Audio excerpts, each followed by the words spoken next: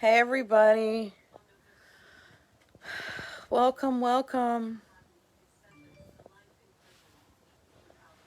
I think that's that live that just kicked on.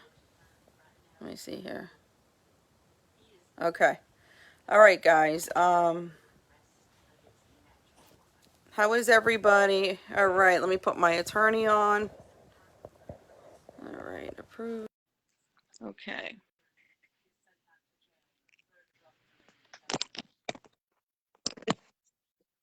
Okay. Hello. Hold on a second. Yeah. Yeah, you probably want to give it a minute or two, Eric. Okay. Um, Very good. yeah, so yeah, I'm sure a lot of people that are on here right now. I mean, I think the last video there was 1,000 people on at once, but it was a distraction with people who come on to harass you, and I thought I don't have time for that. Yep. So yeah, so I'm sure it'll be lower, but that's okay. I took in I think 400 requests today and approved all of them. That's a lot of work. Yep. Well, and So again, for anyone that wants to know what's going on, I don't have a problem with this being recorded or distributed, and I know you've been making these things available for people because yeah, there's a lot of information that people need, and unfortunately, we're not seeing the media go ahead and report it. So people need to know. Look, I mean, the end of masking not clear at this point, and that's what we'll be talking about because there's some things that can be happening that'll extend the masking, and we got to talk about also next steps in terms of dealing with schools. So that's what we're yeah, doing. yeah. It doesn't seem to be going anywhere anytime soon, but yeah, absolutely. So yeah, I would give it like one more minute. Okay. Um, yeah. So, but yeah, you can offer clarity on what's going on too with the Commonwealth Court and. Yep. And again, the problem is these are cases like I've never seen before. I mean, these are cases that are really changing the whole view of the state, and the media is doing a really poor job of explaining it, and that's what we're dealing with there. So. Yep. Eric, you're welcome to start whenever you want. They could always, for whoever did not get to jump on, at the beginning, they could always replay it, later. Yep. So yeah, and again, I got limited time tonight. I gotta get off no later than 8. So Yeah. just wanted, so we'll get going with this. So this is a moderately complicated legal saga that is going to continue to go, and so here's where we are at this point. So as you guys are aware, last week, the Commonwealth Court found in favor of the people of Pennsylvania, and they found that, thankfully, as we've been saying from the beginning, the Department of Health does not have unlimited power to do whatever they want. If the Department of Health is going to act, they are an agency that is governed by the state legislature. They can only do what the state legislature allows them to do. And so it was found that because they did not have a regulation enabling them to enter orders like this, that the whole thing, everything that was done with school masking was void ab initio, which means that it was never valid. Within about 2 to 3 hours of that, the Department of Health had gone ahead, filed an appeal to the Supreme Court. There was a lot of confusion the next few hours, but ultimately it was confirmed that this did count as an automatic stay, which meant that the Commonwealth Court order could not take effect at that time. Now, what then happened is State Senate Leader Corman's attorney, a guy by the name of Tom King, who I really want to meet in person one of these times because he has done a tremendous, tremendous job.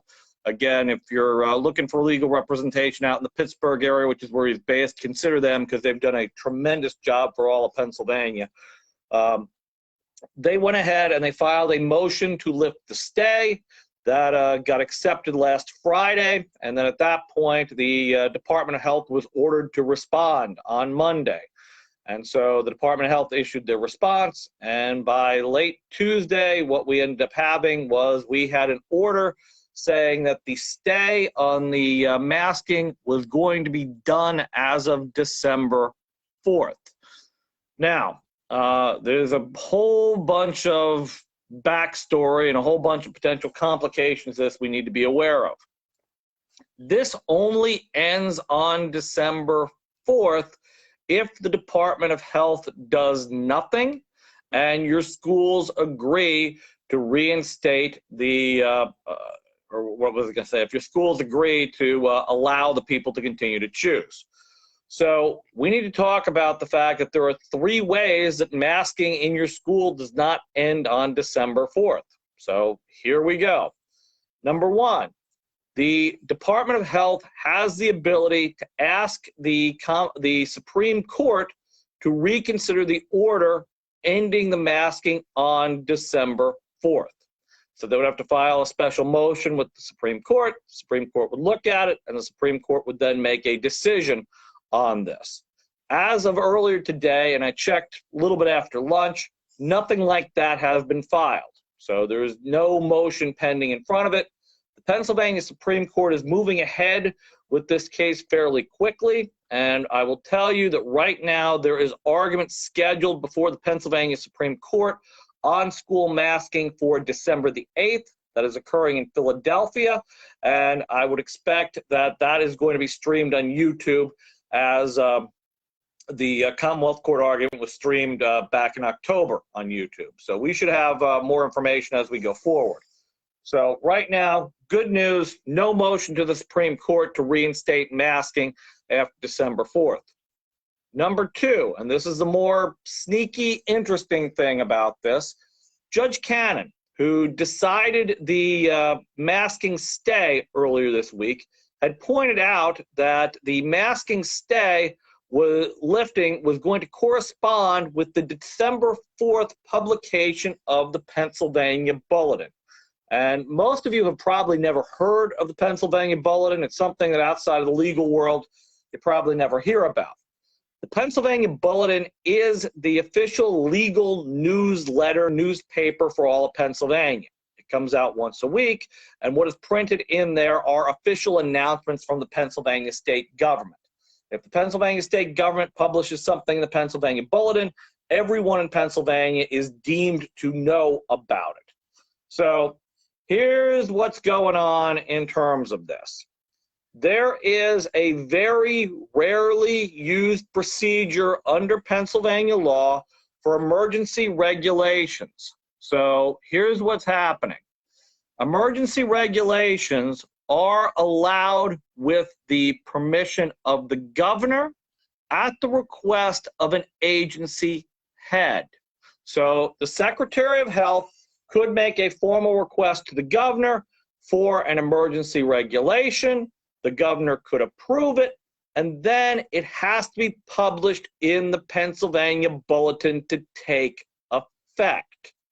So in other words, to get it in the Pennsylvania Bulletin, which is published on December 4th, the governor and Secretary of Health would need to propose this emergency regulation and ask that it be published no later than the end of the day this coming Monday, the 22nd, okay? So it's all a little bit complicated, but the idea is, for some reason, Judge Cannon has given Governor Wolf a way to keep masking in place. And that would be, and again, I shouldn't say she gave it to him, but I mean, she's leaving an opportunity for him to do this. So him and Secretary Beam, they can go ahead, propose masking. Like I said, it has to be proposed no later than the end of the day Monday. It has to be published then on December 4th. And if it is published on December 4th, that regulation, that emergency regulation, will be put in place. That emergency regulation would then last for at least 120 days unless it is struck down by a court. So that would need to lead to yet another round of court battles. So like I said, this is a possibility in terms of what's going on here. And someone pointed out this is not an emergency. I agree, it's not an emergency, but it's something that, again, people have pointed out this is likely why they picked the December 4th date and why they mentioned the Pennsylvania Bulletin in the order for this. Now, you also have to keep in mind that in order to do this, Wolf is going to have to do something that he has never done before. He is going to have to admit that he did something wrong. Okay, him going ahead and putting this emergency regulation in place is basically him agreeing that what he has done so far has not been legal. And does Wolf have the I guess, conscience? Does he have the internal understanding that he would be willing to say, you know what, I don't have all the power that I've been claiming that I have. I'm willing to admit that. We will see. So again, we're kind of holding our breath, because if he doesn't ask for this to be published by the end of the day Monday, it's not going to take effect on December 4th, and masking will be gone at that point. So, and keep in mind, a couple people are talking about the fact that it would have to stay in place for at least 120 days. It could be struck down by a court before then, but it would require there to be a new round of lawsuits. So I'm just pointing that out to you, that that's what we're dealing with in terms of moving forward. And so is Wolf going to do this? Well, again, that requires him admitting he was wrong, number one. And number two, it requires even more chaos, because what I have unfortunately seen for, again, everyone in Pennsylvania who's a non-lawyer and knows nothing about this, is this has been absolute chaos. People don't understand what's going on.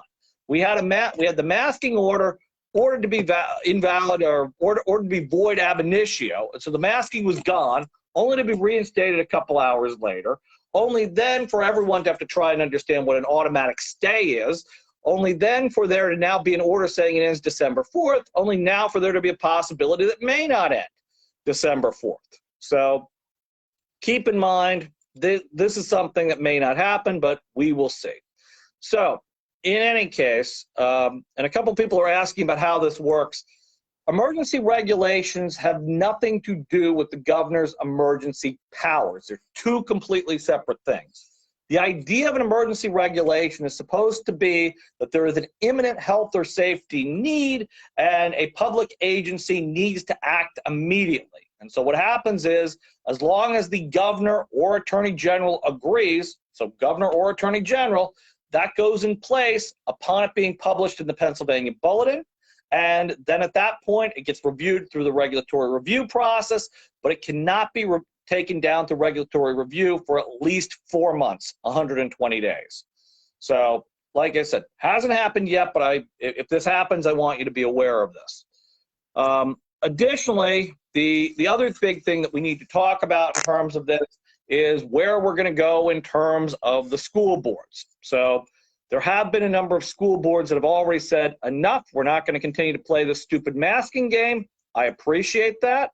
But we are also going to be dealing with a number of school boards that are going to try and continue to keep masking in place after December 4th. And so at that point, we need to be talking about lawsuits for those school districts that keep masking in place.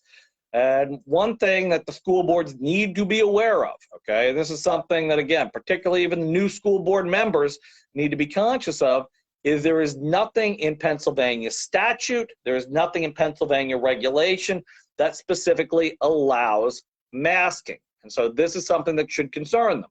The Commonwealth Court just made a big point of saying, if you're going to do something, you need to be specifically allowed by the state legislature to do it. And so therefore, we will see, I mean, whether school districts are willing to be bold enough to do it, number one. And number two, as the Commonwealth Court recognized, we are dealing with constitutional rights here. And that means that if a school district is going to go ahead and restrict the constitutional rights of their students, any restriction must be narrow, and it must be for a limited period of time. This cannot be open-ended. This cannot go on forever. This is what we're dealing with in terms of going ahead with that.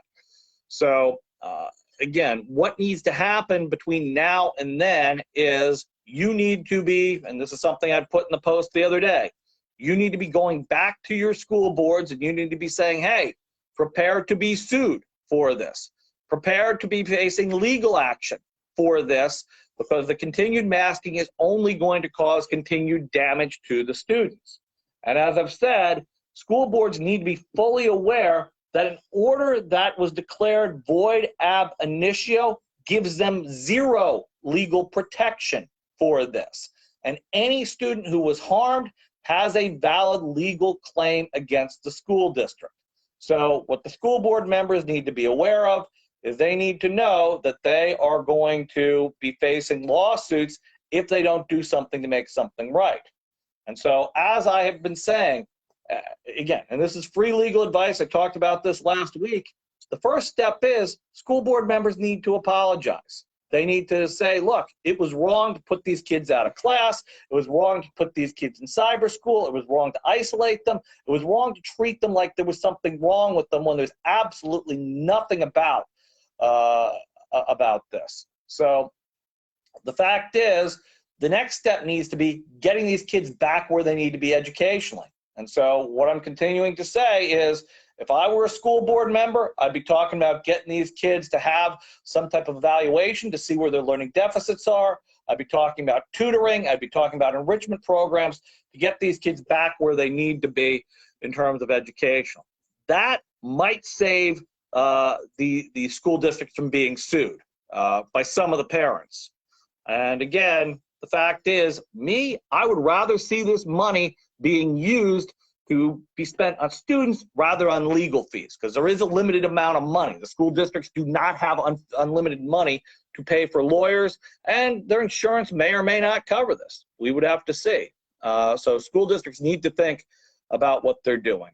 So The Stacy Stauffer's question, it says, please ask about contract tracing if masks go away. We have masks now, and kids keep going out for close contact.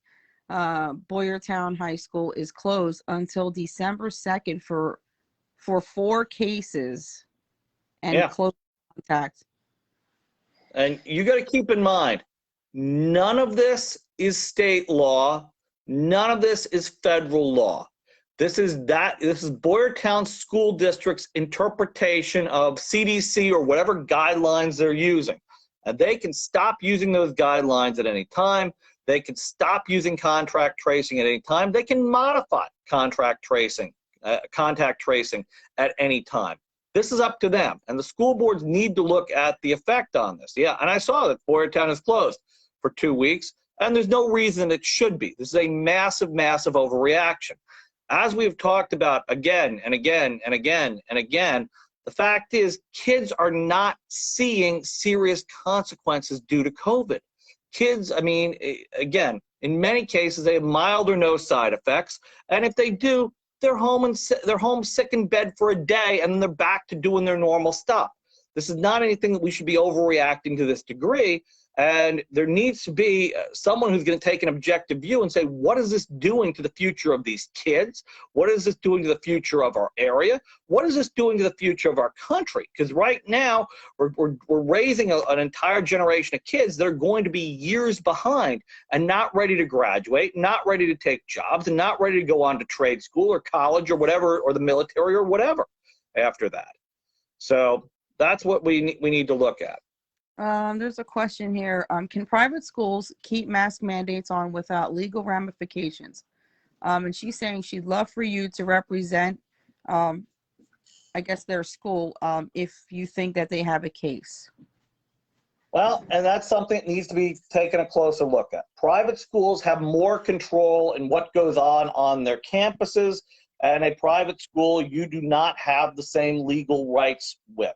So again, if a private school imposes a requirement you don't like, they can simply say, we don't want your child to attend anymore, and they can remove your child from school over that. So suing a private school is harder to do than suing a public school, and we would have to take a look at the individual agreement with the school and see what happens. And the fact is, most parents have shied away from suing the private schools simply because they know that the next step is for the child to be disenrolled and not allowed to attend the school anymore. And your enrollment agreement with the private school probably says exactly that, which is your child can be removed from school at any time without a reason, just based upon the discretion of whoever the school supervisor or board of directors is. So much harder to sue a private school. Yeah. So this lady says, I guess I had met her Tuesday. She said, do you have lawyers that you could recommend to help with suing the school board? They're suspending her son. Oh, I remember them. Oh, yeah. Really, really great family. For not wearing a mask, this kid has stood up and he's a hero in my book, but they've had a lot of issues with this. And I don't even know that they're allowing him to play football right now. Correct me if I'm wrong, Danielle. But yeah, and that would Christy, be like, what? what area is Danielle in? Do you know? Danielle, are you in like that Philly area, right? Put on here where you're. Let me see here. I'm just waiting for her to put it in the comment. I read that, Bethany. You're using Chadwick Shanae for a school district. Yeah, I know Yeah. Eric is. They agree on a lot of what's going on. Yeah. Um.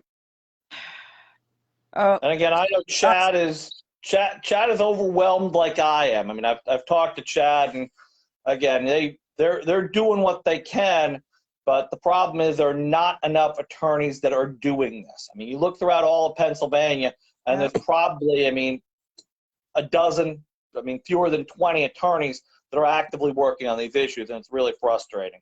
So she's Eric. She's in Springford. Okay. Yeah. Okay.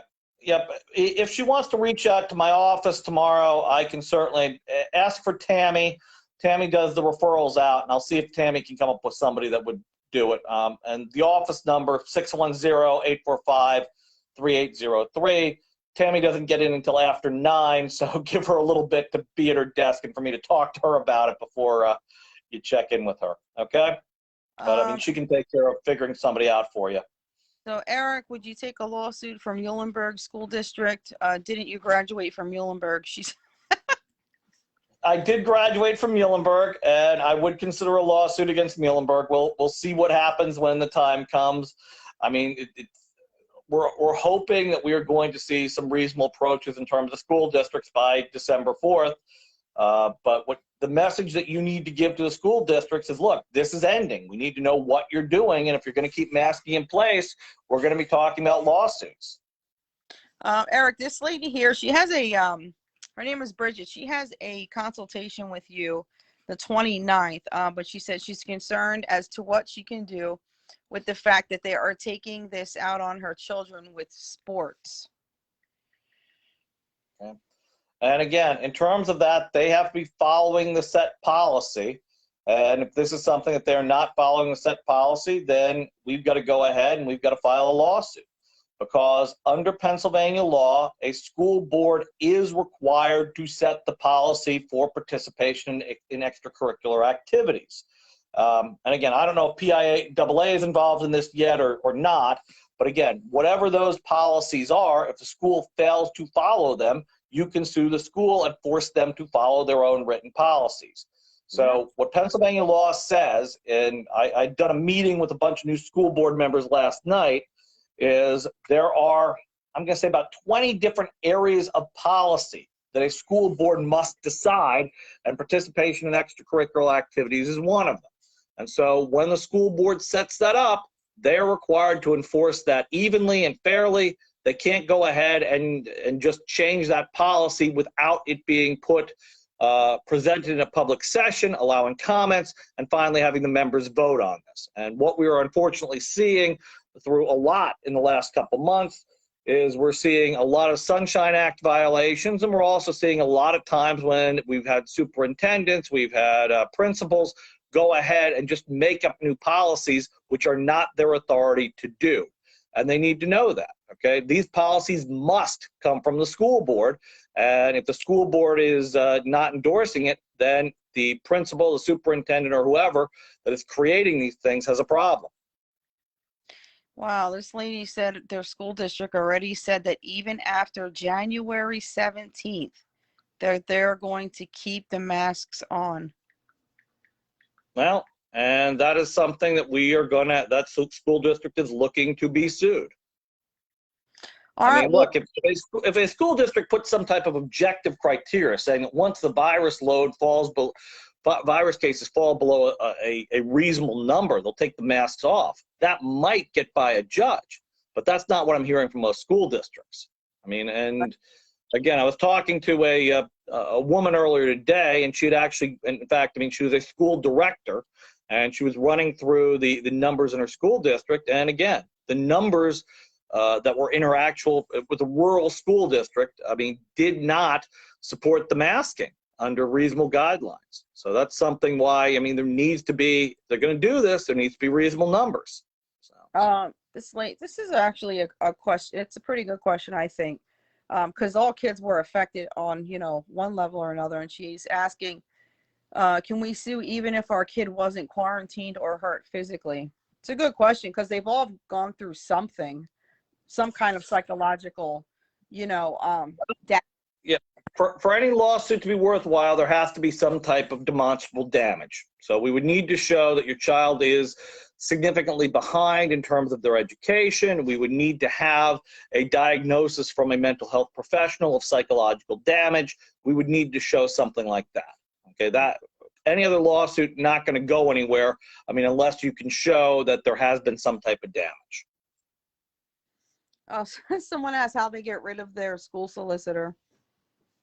Common question, and the simple fact is school solicitors are an appointed position. They serve at the pleasure of the school board. They can be fired at any time. There may be a contract that you've got to buy out, but again, school solicitors have failed in many, many cases that I've seen. They need to be removed. I mean, school solicitors should have come to the school boards and said there are significant problems with this order and cautioned them about following it. And they did not do that. And so if you've got a school solicitor that's basically acting as a rubber stamp for Governor Wolf or the Department of Education, it is best that you get a school solicitor that actually knows how to do their job. I've only heard a couple school solicitors that said there's significant problems with this order, but we ought to follow it to be on the safe side. Most just said, listen to me, don't bother to know the law. That's not how it works, okay? The solicitor is not supposed to tell the board what to do. The solicitor is supposed to educate the board as to the law so the board can make intelligent decisions. That's what's supposed to be happening here. So again, your board can go ahead, they can fire that solicitor at any time. Let me see, who can we talk? So Eric, there's a couple parents that are asking, you know, for different areas. Do you want them all to call tomorrow to get referrals, like from the area that they're in? Because there's like four that same question. Yeah, I mean, again, like I said, don't call right at 9. Give Tammy some time to get in, because I'm not going to get to talk to her until probably a bit after 9, and then she can start trying to figure out who we can refer people out to in terms of doing this. Okay. Let me see here. Let me see. Just trying to go down the line here.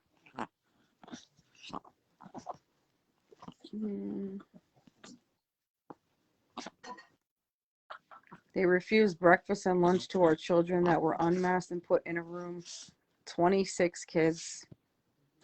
Yeah, I mean, that sounds like a lawsuit that we need to put together. And what we're saying is kind of because it's kind of got to be an organized approach to this. I mean, what I've been saying and what I think most other attorneys who are working on this are saying is the next thing is going after the school districts that continue to require masking. And then after that, it's going after the schools for damages, because you got to keep in mind a civil rights suit against the schools or a suit for intentional infliction of emotional distress or a suit for discrimination. Those are things that can stretch on for years before you see a result. Also, and I want to make this clear, your children have plenty of time to go ahead and file this. This is not something you need to file next month. Your children, the statute of limitations actually runs out 2 years after your children turn 18. So your children have until they turn 20 to file lawsuits for their damages or their loss of rights. I don't recommend you wait that long, but that's something that, again, statute of limitations for children do not run until 2 years after they reach adulthood. So that's good. Something to be aware of. Yep. That's very good to know. Let me see, guys, you can continue to ask. I'm trying to, let me see here. I'm in the Lehigh Valley area. Let me see here. It's not just my grandson's area. Wait a second. I love when that message disappears. I'm in the Lehigh Valley area, and the schools here are horrible. Most of them are forcing masks and not listening at all. And they're all, oh, that's something else. We reached out to your law firm about a month ago and never received anything back. Really, Melinda? Eric, Okay. that lady's from the school that I had All spoken right. in. I'll certainly check into it. I mean, all I know is, again, we're getting far more calls than we can possibly deal with. I mean, so we will certainly, we're trying to help everybody we can, but we will continue to do what we can for everybody. And part of the reason that I continue to do these lives and I continue to do other events is I want to get this information out to as many people as possible, as quickly as possible. But there is no time for me to help everybody because in addition to masking, as I've talked about before, I'm also doing a whole lot with vaccine mandates. And that is something that we're also dealing with here. So, Yeah, I don't know if you wanted to touch on that at all. I've been getting a lot of people saying, they're going to be fired by, I think, December 5th if they don't so, get back. Yep. So, in any case, here's where we are in terms of vaccine mandates. And again, I think I may have said this last week, but I'm going to say it again. Maybe it's because I'm naive. Maybe it's because I'm ignorant. I thought the news media was more balanced than this. I thought that they were liberal, but I thought, hey, the conservative point of view was still getting out there, or conservative, good news for conservatives was still getting out there. But I have seen such suppression of this. So the big story earlier this week that did not make the mainstream news very much at all was the fact that the OSHA has now agreed to suspend their vaccine mandate. So the vaccine mandate that had originally been set for OSHA for January 4th, that had been stayed in a couple of the federal courts. Okay, we were waiting for all of them to act, and before they could all act, what then happened is OSHA agreed not to proceed with the mandate on January 4th, which is very good news, because hopefully it's setting a pattern for these other mandates that are still out there. And we'll talk about them in a minute. But so again, that is something you need to be aware of. Very little coverage of that. The cases have now been consolidated. So again, we're dealing with, last time I checked, 27 different states had filed to block the mandates. They've been consolidated to the Federal Circuit Court, which is in Ohio.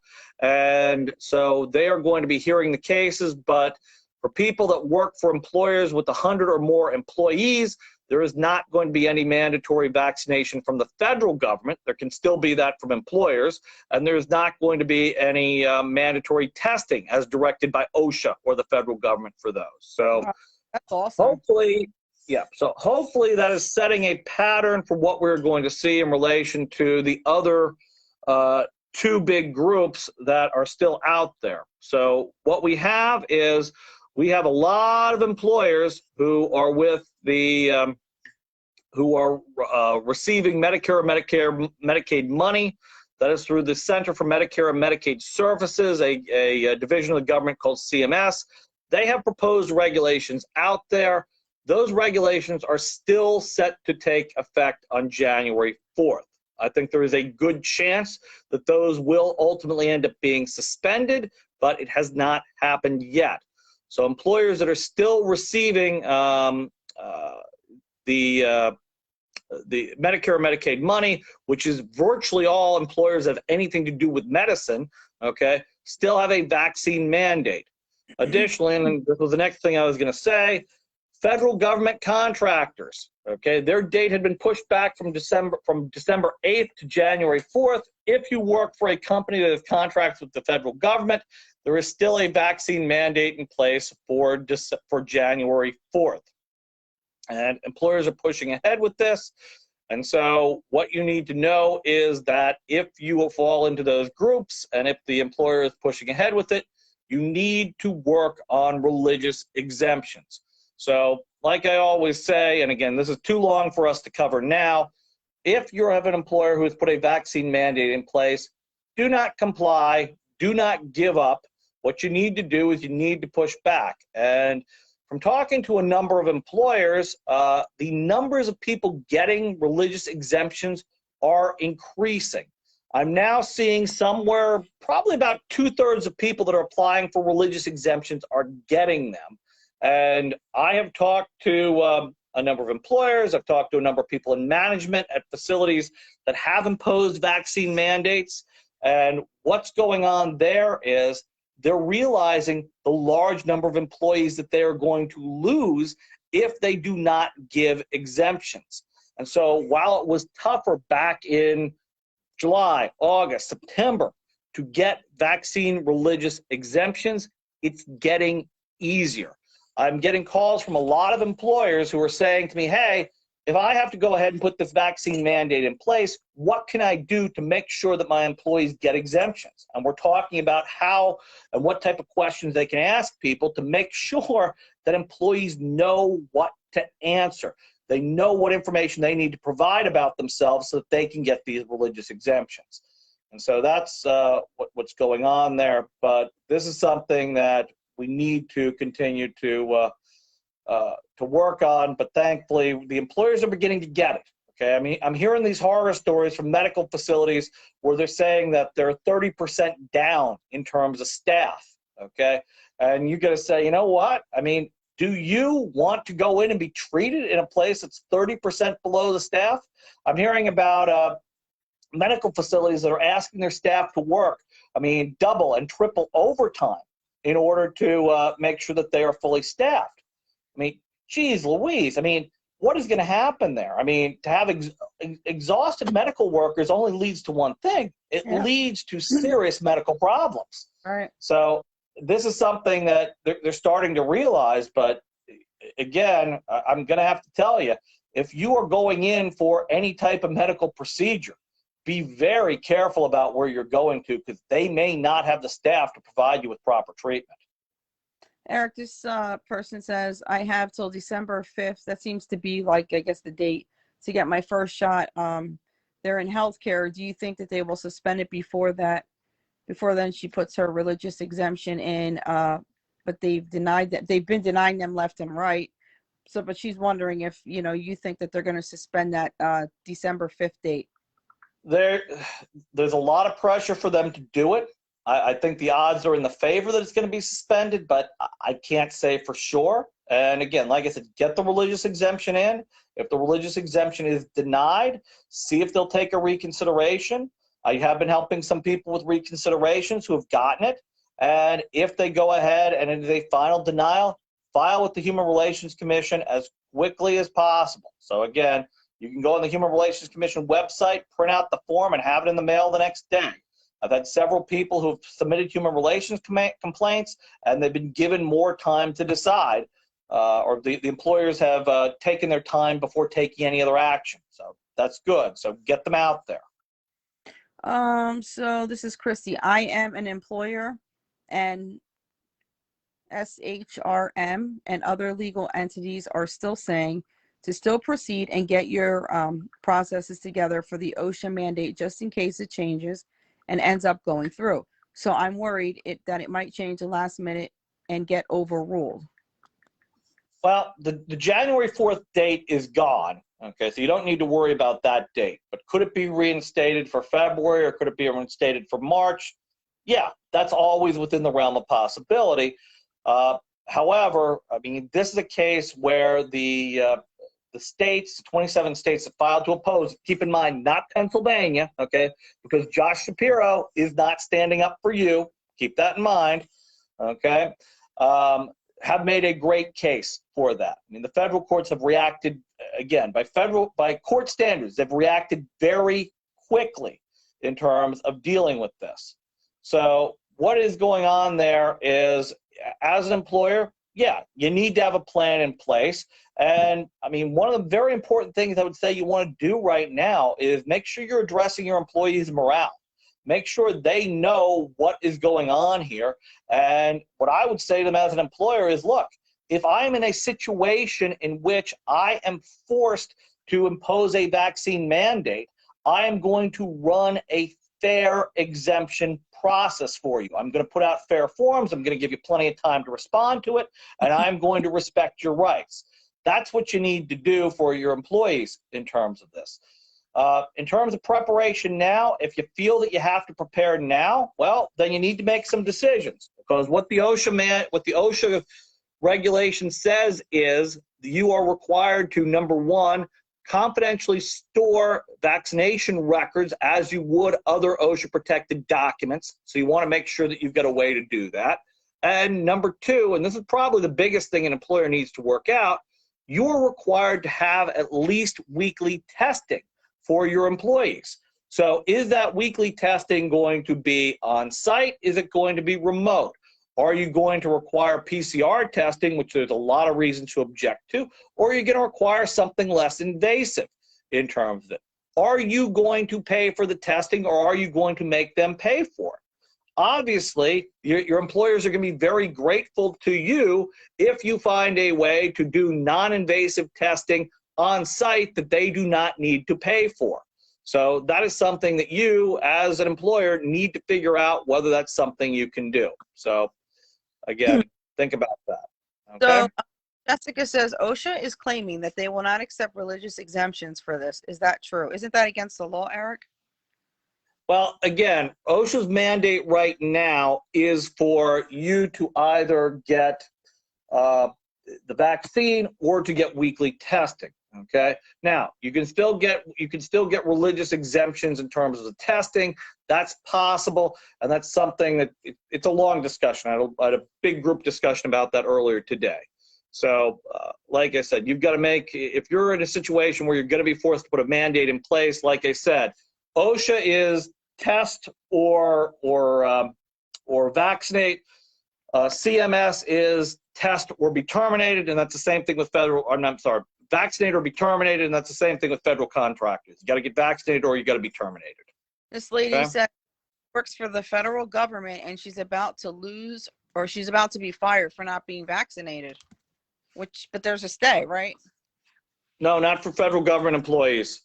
Okay. Federal government employees, their deadline is next week, and the question is, are they going to follow ahead with this? And again, the EO office of the federal government is hearing and considering any type of denied exemption claims. So you need to follow up within the federal government to see about whether you can bring any type of claim for a wrongfully denied exemption. Someone's asking if, and you covered this, I think last week. She wants to know if you think that kids are going to be approved, well, I guess forced to take this, but you said it would have to go through so many channels, and you thought it was highly unlikely. Right. So the answer is, in terms of children facing mandatory vaccination in Pennsylvania, it is very, very unlikely for that to happen. So let's be clear about the law in terms of this. There is a state statute. So this is not something that's controlled by the individual school district.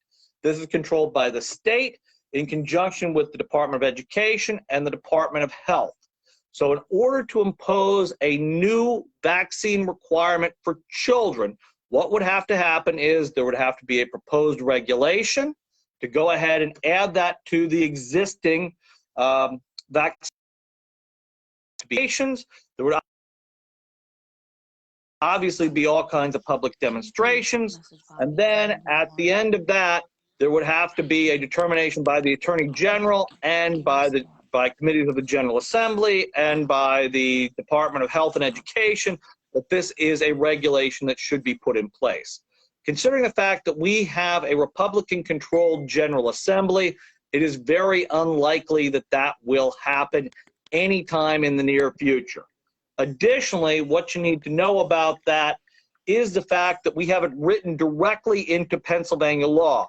Vaccinations in Pennsylvania are subject to religious, ethical, and medical exemptions. It's built right into the law, so it can't be ignored in terms of that.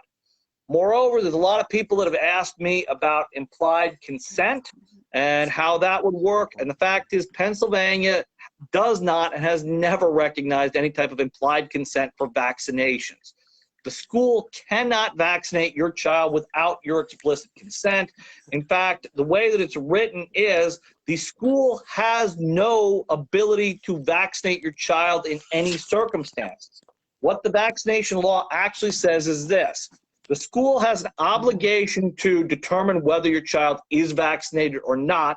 These are for the actual mandatory vaccination. So chickenpox, MMR, DPT, things like that. Number two, the school has an obligation to tell you as a parent about the requirement that your child be vaccinated. And if your child is not vaccinated after being warned by you, after you are warned, and if you do not seek an exemption, your child could then be excluded from school. So again, the idea here is the school cannot vaccinate your child.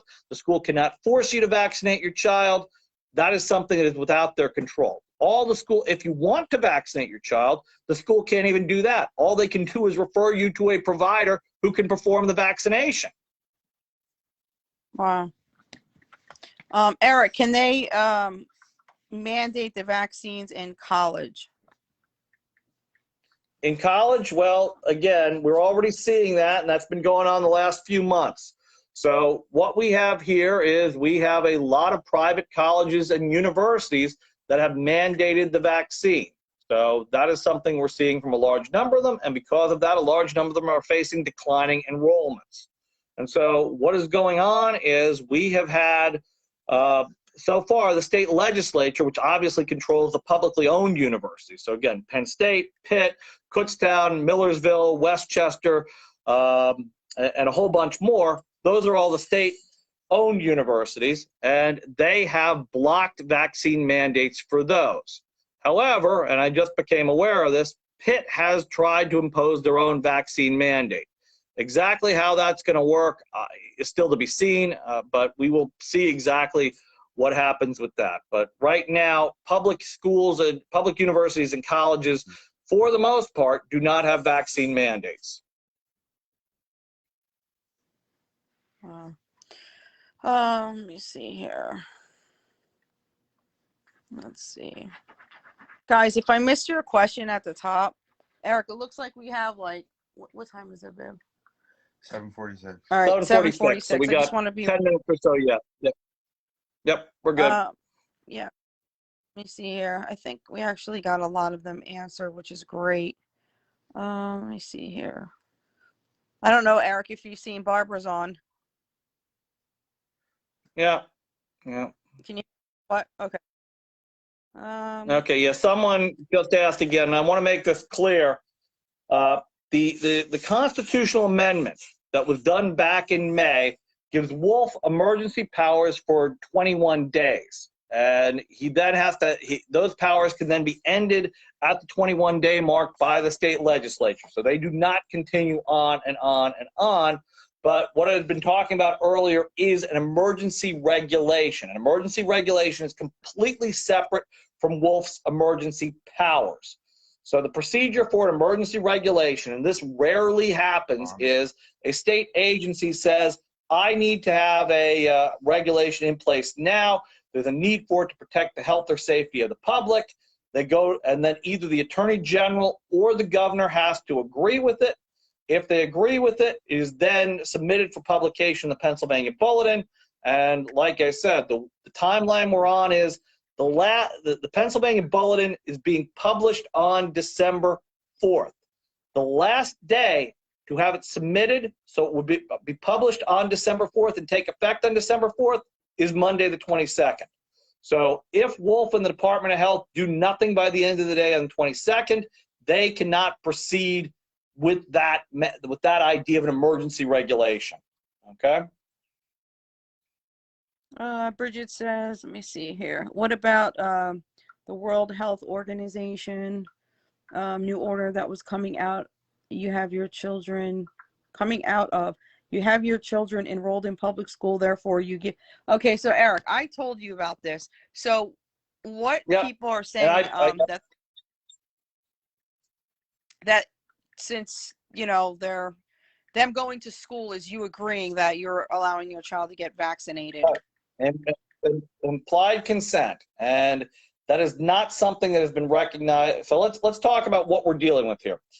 First off, the World Health Organization is a subdivision of the United Nations. The World Health Organization, their job is to put out health guidance. They do not create law. They do not create international law in terms of this. The publication that they put out, which has since been amended, stated that in some countries, sending your child to school could be considered to be implied consent. The World Health Organization, they don't make that law, and the World Health Organization has zero power in the United States, okay? They give advice. If we like their advice, we take it. If we don't like their advice, that's all there is to it, okay? And you got to keep in mind, Trump wanted to sever ties with the World Health Organization over some of their practices in terms of this. So the fact is, implied consent like that has never been recognized in Pennsylvania. As far as I know, it's never been recognized anywhere in the United States. And so what it makes clear, what Pennsylvania law says is a school district does not have the ability to immunize your child without your explicit consent. Even then, the school district isn't doing it. I mean, the school district can simply direct you to someone to have your child immunized. A school district can only determine whether your child has been vaccinated, and then at that point advise you as to the vaccination laws. That's what they are only allowed to do. So I am not concerned about that. A couple people I saw have been talking about mistake vaccinations. Well, again, if your child has been vaccinated without your consent, you've got an extremely good lawsuit against the school. But, I mean, at least in terms of this, the vaccination clinics I've been seeing are being run after school hours. So I don't know exactly how a child who was not intending to be at the vaccination clinic got vaccinated, but different story. So, okay. So Michael's asking, what can we do to push back against contact tracing and quarantine requirements? I fear the government will push those more if masks are removed. Well, number one, contact tracing and quarantine requirements, that comes from your individual school. That does not come from the state. That does not come from the federal government. The CDC puts recommendations in place, and your school is free to either accept them or reject them. So in terms of the contact tracing, you can say no to that. In terms of the quarantine, you can say no to that, and hopefully the school boards are going to push back. What I've been seeing over the last few days to last week is it appears that we do have a lot of good school board members that are about to take office. And again, I've talked to several school board members over the last couple of days that are willing to push back, and you need to make sure that they know that they have your support. So that if they're going to go out on a limb for you and face off against these other school board members, that they know you're going to make sure that they stay in office and they're not going to have any grief because of it. Okay? And so what that means is you continuing to do what you've been doing. You show up at the public meetings, you speak out, and you point out the fact that this situation is ridiculous and it needs to end. Eric, I've heard this, what this lady's asking. Schools hosting clinics have already made mistakes and vaccinated the wrong kid. Imagine that nightmare. Also, and this is what I was saying, kids ages 14 can get the shot without parental consent. Is that true? Not that I'm aware of in Pennsylvania. That may be in other states. I've seen that. But again, if the wrong kids, but if the wrong kid's been vaccinated, parents got a heck of a lawsuit. They need to deal with that. Oh, really? Boyertown just made the next school district meeting virtual. Yep. And that is something that, again, what you may want to do, and I've referred a couple people over to them, there is a law firm in northern Berks County. They're called Cornerstone Law. And what they had done is they have been involved, and they've already got the paperwork ready. They have been involved in dealing with, what was I going to say, Sunshine Act issues in terms of virtual schooling for that, or virtual school board meetings. The story is this: Kutztown School District in Berks County had continued to hold virtual meetings, okay? Cornerstone Law Firm sued them as a Sunshine Act violation, and they filed a lawsuit on a Friday. By Monday, Kutztown School District had settled, and they had agreed that they were going to do nothing but in-person meetings from there, okay? So that is not something I've been personally involved in, but I always want to encourage people who do good work to get the work. And so, again, Joel Reedy, okay, his name is R-E-A-D-Y. He is one of the key attorneys with Cornerstone. In fact, I've been chatting with him this morning about what he was doing in terms of these cases. He says that if your school district is continuing to do things virtually, he'd be willing to talk to you about it, because that is not the way that it should be. So again, they're in Cornerstone Law Firm. They're in northern Berks County is where they're located. I think they've got a Maiden Creek mailing address, if I remember correctly. But like I said, they're doing work like that. That is something I wish I could do, but I am, again, I'm going in too many directions at this point that I can't take on any more cases like that at this point. Okay? Got like five to eight. Yeah, so we've got a minute or two more to wrap this up. So if you've got a couple really good questions, we can do that quick. And then obviously we're going to need to talk, I mean, as we go forward. As I was saying before, if Wolf does go ahead with this emergency regulation, we may be talking next week about what that means and how we're going to deal with that. But we should have a good sense of what's going on with that by the end of the day Monday. I think their goal is to just exhaust all of us so we're too freaking tired to fight, because that's how I feel. Yeah. And again, like I said, for people that are just kind of following this, they got to be so frustrated in terms of this, because you never know what a new day is going to bring. And this is our standard of government. And this is what we've seen from Wolf. He wakes up and he thinks, okay, I'll just go ahead and enter an order. Well, you know what? That's not how it works. You are a governor. You're not a king, okay? This is why, and people talk about how slow the legislative process can be, but this is part of why it is. It's because you have hundreds of people that are working to draft laws, and there aren't any quick, stupid decisions. Things move through slowly, and they're well thought out. And that's what we need to have. So. Yeah, this one lady said if a kid sneezes in their school district, they get sent home for 10 days. I'm like, what?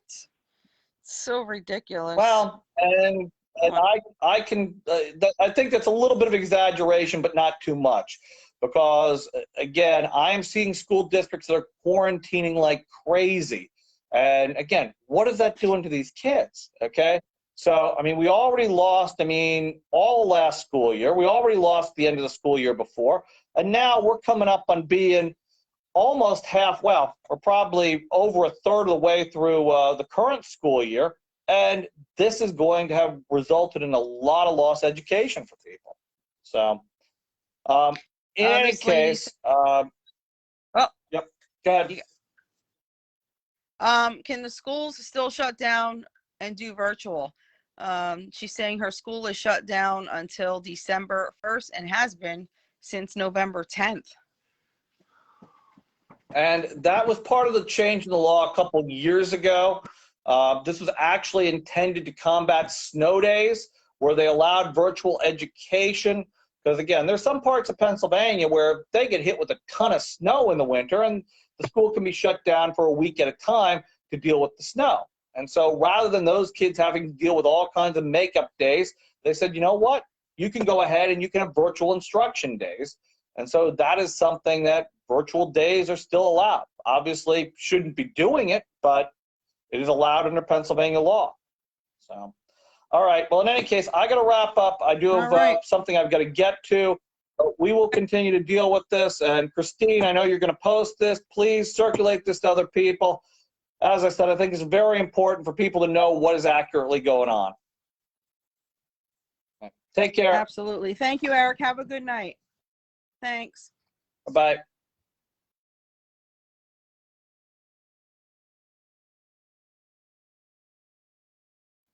Oh my gosh, what happened? Can you guys hear me? That's the dog. Can you hear okay? I see hearts. Is that a yes? Somebody say yes. Want to say hi? Can you guys hear? I guess you can hear. What do you got? Oh. I'm assuming you guys can hear, right? Let me see here. Say hi. Want to say hi to my husband? Hello, everybody. We were working outside and at Taste of Sicily today. It was nice being up there again. What a beautiful day today, right? I think it was like 65 degrees. Beautiful, beautiful. It's tiring though, right? You guys feel like you know, like, I don't know, it's a crazy time. You feel like no matter how much you rest, you're still exhausted. Anybody else experiencing that? I'm like, wow. I was feeling pretty good, and then I think like 4 days ago I was just like started to crash again like I did about a year ago. That was just to let me know that Eric's time was up. Yeah. So anyway, do you guys have any other questions about anything? Let me know. I thought it was very interesting what he said about December 4th, the bulletin that goes out, and how the judge picked that date. But you know what? I don't have Wolf. I think Wolf has too much pride to admit that he did something wrong. Absolutely. That he broke the law pretty much. Mm-hmm. So that's actually a good thing. Mm-hmm. I hope he is too prideful for once. Yep.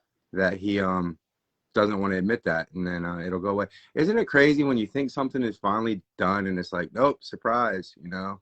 And you get excited. You think, oh, this, you know, we're almost out of this, and then Yeah. and then something else comes. But I hope that you guys found comfort in knowing that that is not true when they say that, you know, if your child is in school, that they can be vaccinated against the parent's will.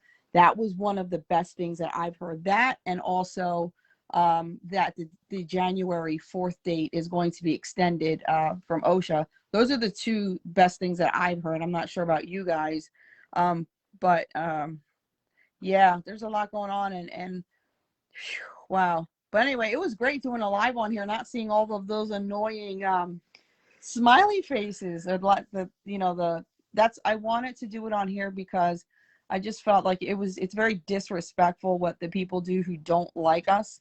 And so they like to come on my page, and I thought, you know, to bring my attorney on for that clown to be doing that is just really disrespectful. And so that's why I chose to do it this way. I realize that some of them have probably found their way into this page as well, but that's okay, because at least during the live, you didn't have all of this just disrespect being thrown out there. And so that's why I chose to do it here. I would love to shut down that page, but like I said, guys, I have more than 37,400 followers, and I definitely have grown to love that page. And I've tried, the reason this page exists is because I've tried to shut that one down and get everybody to come to this one.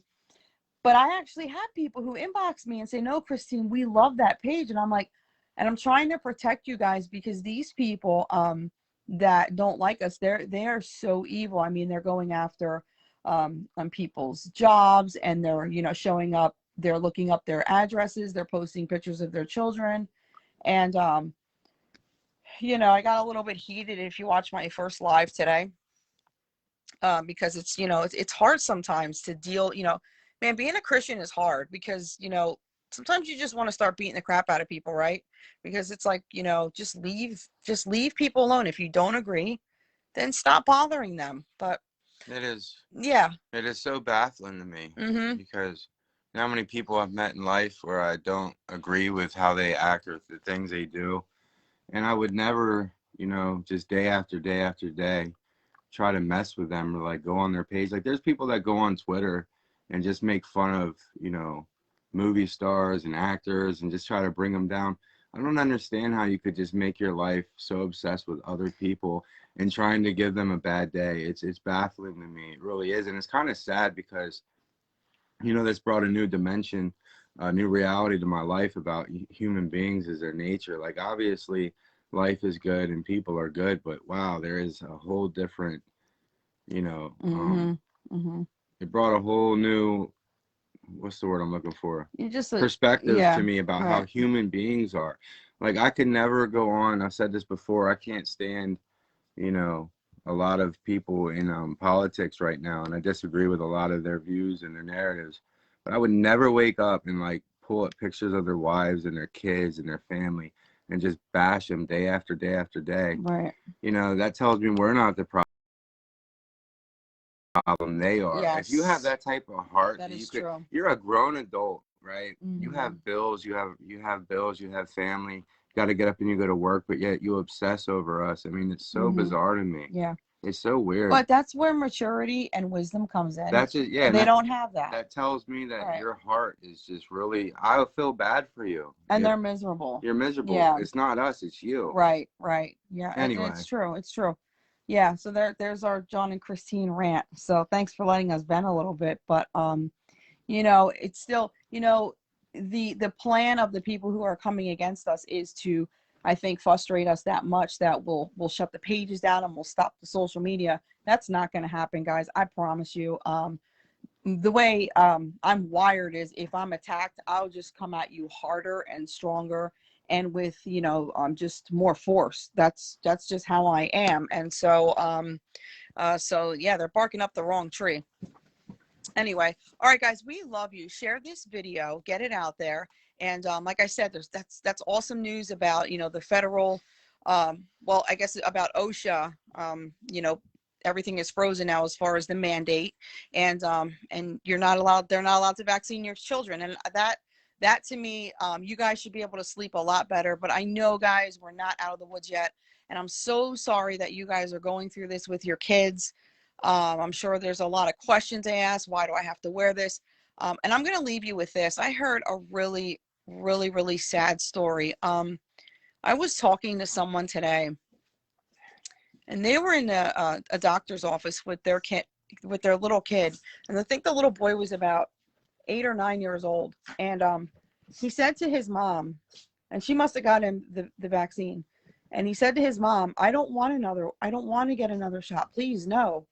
And she says, you shut up. You're going to get if the booster's available, you're going to get it. You're going to shut your mouth. And I was like, look at that. Look at that. Like, what is wrong with people? What is wrong with people? I mean, this is where we're at. You know, the parents are indoctrinated, and so they're indoctrinating their children. But man, I felt so bad. I was like, thank God I wasn't there, because I probably would have gave the mom a word or two, right? But these poor kids, like, wow, you know, they have to go home with parents that believe in all of this crap going on. This fiasco, I call it. Very sad, yeah. So anyway, hi, Lisa. How are you? All right, guys, we're going to let you go. Share this video. Watch it over and over. Knowledge is power. And you are now armed with more great information. So we love you, Pennsylvania. Have an amazing evening. Good night.